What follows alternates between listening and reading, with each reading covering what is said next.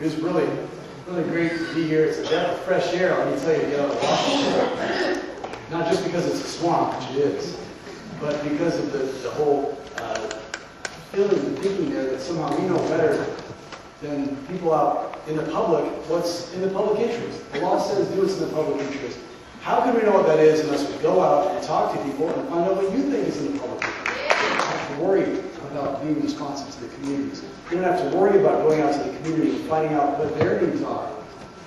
They can do what they want. They think they own the public airways, and they have the right to make as much money as they possibly can from it. And that's not what the law says. Now, I'm not saying it's wrong to make money from that. The law understands our model has always been this kind of commercial model, one that allows corporations and private individuals to profit from using the airwaves, but in exchange for the free use of the public airwaves, they're supposed to give something back. They're supposed to give part of that back to the public in the form of public service obligations. Well, the FCC has shredded those.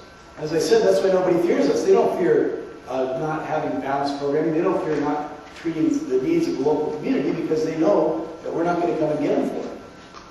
And all we have left on the books, practically, is our media ownership rules, just to make sure that these giant companies don't get even bigger and then chase the bottom line ahead of all else. So I'm here to find out in Austin what's happening here, how the media is serving you in this community. And I want to know if local broadcasters are providing the kind of diverse and quality programming that you all expect.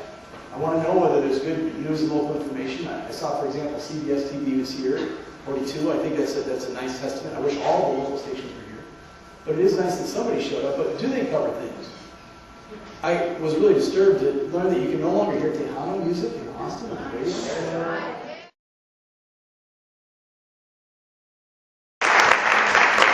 Back in Spanish, I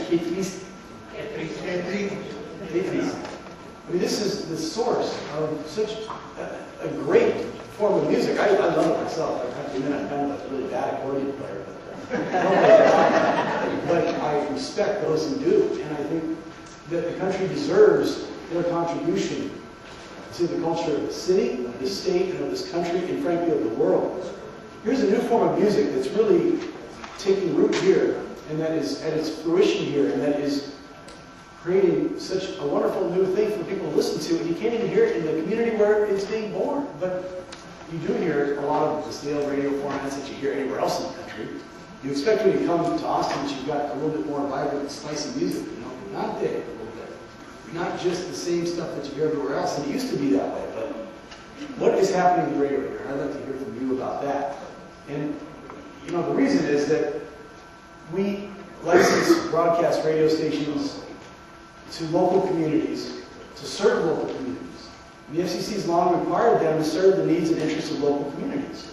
You know, as I said, you know, they get the airwaves for free, but what are they doing? Are they covering the issues that you need to decide what you're doing at election time? Do you get what the senators are doing in the state legislature? Do you find out what new cultural contributions are coming out of the Hispanic community here in town? And does the media reflect the diversity that is the real strength of Austin?